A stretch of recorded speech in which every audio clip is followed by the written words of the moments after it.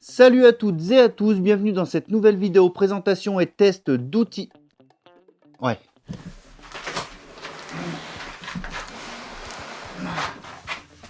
Salut à toutes et à tous, bienvenue dans cette nouvelle vidéo présentation et test d'outillage. Aujourd'hui, on va s'intéresser à un compresseur et pas des moindres parce qu'il s'agit du modèle TE-AC50 Silent de chez Heinel.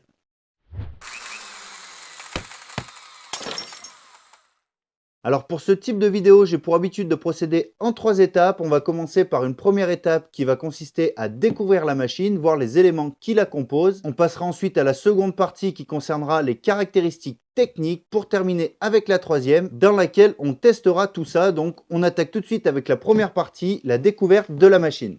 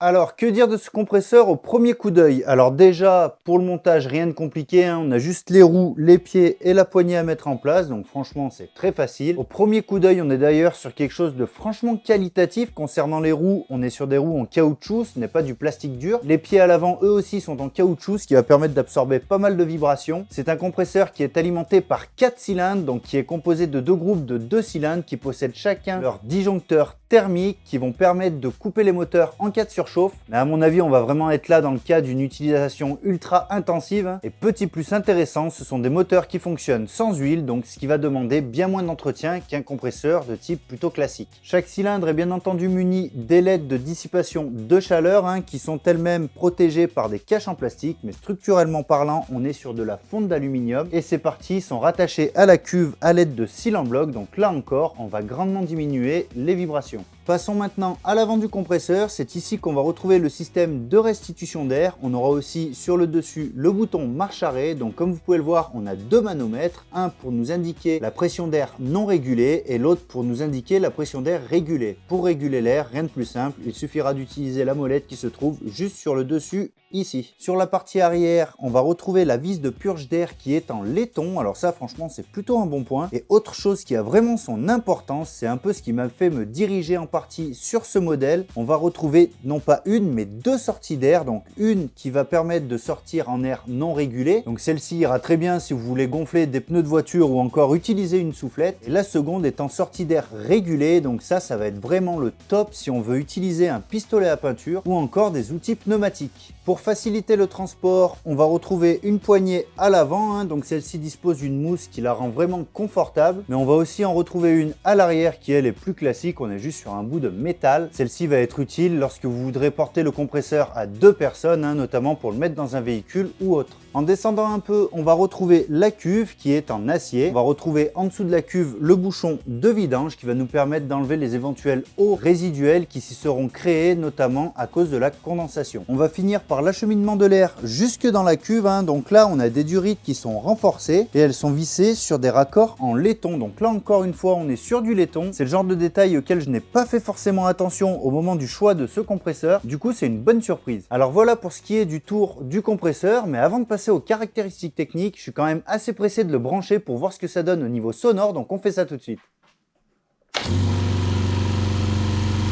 Bon bah écoutez, le compresseur est en train de charger, donc bah nous on va se retrouver tout de suite pour les caractéristiques techniques. Mais avant, s'il y a des sceptiques hein, sur le niveau sonore de ce compresseur, petit extrait de mon ancien compresseur. Allez, on y va. Voilà, donc là c'est autre chose. Hein. Voilà. Bon allez, on se retrouve tout de suite pour les caractéristiques techniques, c'est parti.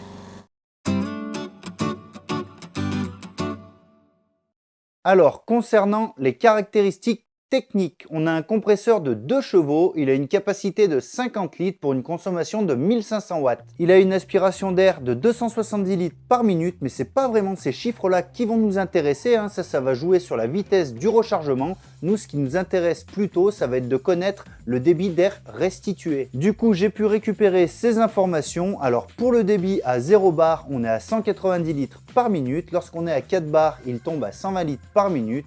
Et lorsqu'on va être à 7 bars, il va être cette fois-ci à 90 litres par minute. Il a une pression acoustique de 54 décibels, ce qui en fait un des plus silencieux de la gamme, si ce n'est le plus silencieux. En comparaison, Ainel propose aussi un autre compresseur qui lui aussi est silencieux, mais il ne fait que 12 litres et a une pression acoustique légèrement supérieure à celui-là. Revenons-en un peu maintenant sur les moteurs, hein. Ils ont une vitesse de rotation de 1450 tours par minute. Au niveau du poids, il pèse 42,6 kg et concernant les dimensions, il a une longueur de 112 cm pour une largeur de 34,5 cm et une hauteur de 70,8 cm. Aussi, je me suis permis de mesurer la vitesse à laquelle se rechargeait le compresseur de 0 bar à 8 bars. Ça a mis 2 minutes et 56 secondes, mais il faut savoir qu'on est là sur une recharge complète hein, de 0 à 8 bars. Lorsqu'on utilise le compresseur, celui-ci se met à se recharger à partir de 6 bars. Et de 6 bars à 8 bars, ça a mis à peu près 1 minute 10. Et dernier point pour clore cette partie sur les caractéristiques techniques, on va parler du câble d'alimentation. Celui-ci a une longueur de 2,60 m. Du coup, je pense que les éléments importants ont été abordés. Hein. Si vraiment j'ai oublié quelque chose, je vous mets le lien du compresseur dans la description de la vidéo. Comme ça, en un clic, vous pourrez retrouver toutes les caractéristiques techniques sur le site marchand. Et en ce qui nous concerne pour cette vidéo, on va tout de suite passer à la partie la plus intéressante, les tests. Alors pour ces tests, bien entendu, on va pas gonfler des pneus ou mettre des coups de soufflette dans l'atelier, hein, ce serait assez ridicule, on peut le faire avec un compresseur premier prix, tout ça. Non, nous ce qui va nous intéresser, c'est de voir si on peut peindre correctement avec ce compresseur à l'aide d'un pistolet. Alors on a pour habitude d'entendre qu'un compresseur pour la peinture, c'est minimum 100 litres, voire 200 litres de réserve d'air. Mais 100 litres et 200 litres, bah, ça commence à faire des compresseurs qui sont franchement imposants. Et puis moi, clairement, j'ai pas énormément de place à consacrer à un compresseur. Et surtout, je veux pouvoir le déplacer facilement en cas de besoin. C'est pourquoi je me suis tourné vers ce modèle. Alors il faut savoir que pour peindre au pistolet, généralement on va avoir une pression entre 3 et 6 bars. Et j'ai d'ailleurs fait quelques tests à vide hein, avec le pistolet pour voir au niveau de la recharge du compresseur si ça jouait pas trop sur le débit d'air. Et en me réglant correctement, bah, le compresseur, même en rechargeant, arrive à me délivrer la puissance nécessaire pour avoir un débit constant et régulier. Alors bien sûr, ça va pas me permettre de peindre un véhicule, hein, on n'en est pas là, mais pour des petites pièces, pour des fabrications que je fais dans l'atelier, bah, ça me conviendra très bien. Du coup, on fait le mélange de peinture tout de suite et on va tester ça sur une belle petite surface en carton, tout simplement sur l'emballage du compresseur. Donc je me prépare et on fait ça tout de suite.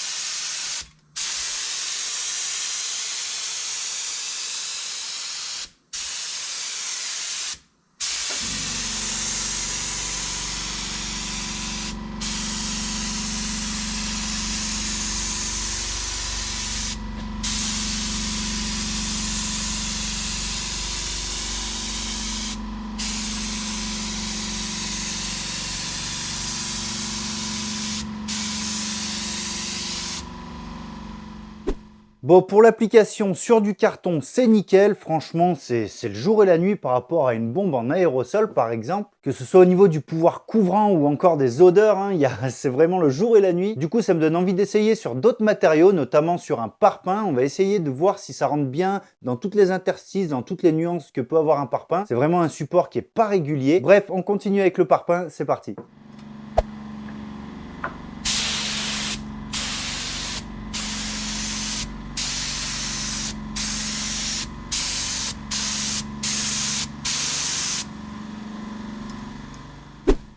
Bon bah pour le parpaing, pas de problème non plus, hein. Vous l'avez vu, ça couvre vraiment bien, je suis franchement surpris. Bon, en même temps, c'est la première fois que je touche un pistolet pour air comprimé de ma vie, hein. Mais c'est franchement très prometteur, ça me donne vraiment envie de m'y intéresser plus profondément. Là, on va faire un dernier test sur du métal, cette fois sur une vieille pièce de voiture, hein. Si vous l'avez vu, c'est la pièce que j'ai enlevée lorsque j'ai mis l'attelage sur ma voiture. C'est une pièce qui est plutôt arrondie, donc ça va permettre de voir un peu comment ça s'applique là-dessus. C'est parti.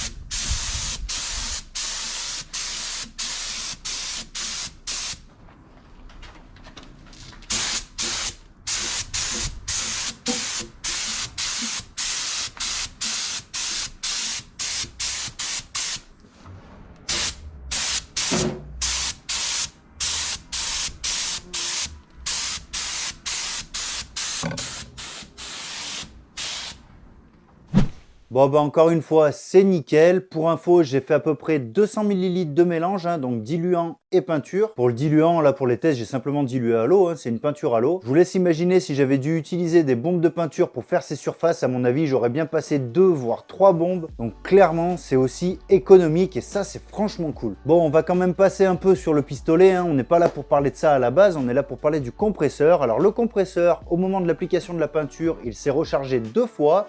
Et il faut savoir que pendant le rechargement, je continue à appliquer la peinture. J'ai pas senti de baisse de pression ou quoi que ce soit. Ça a continué à avoir un débit régulier. Donc franchement, pour moi, ça fait le taf. Bien sûr, je vous ferai un retour utilisateur dans quelques temps, hein, dans plusieurs mois, je pense. Mais là, pour l'heure, je suis franchement satisfait. Encore une fois, à voir sur le long terme, évidemment. Mais jusque-là, j'ai ce que j'attendais. Un compresseur qui soit pas trop gros et qui soit quand même polyvalent, qui puisse permettre de faire plusieurs choses. Et là, c'est le cas. Du coup, là, j'ai pas grand-chose de plus à vous montrer, hein. Après, voilà, comme je vous l'ai dit précédemment, on va pas gonfler des pneus de voiture ou quoi. Là, il va forcément le faire, il n'y a pas de souci. Du coup, on va s'arrêter là pour cette vidéo. Si elle vous a plu, n'hésitez pas à mettre un petit pouce bleu. Vous pouvez aussi, bien entendu, vous abonner. Il y a plein de belles choses qui sont prévues pour 2022 sur cette chaîne. On se reverra quand même avant, hein. Et d'ici là, bien sûr, bricolez bien, faites-vous plaisir. Ciao!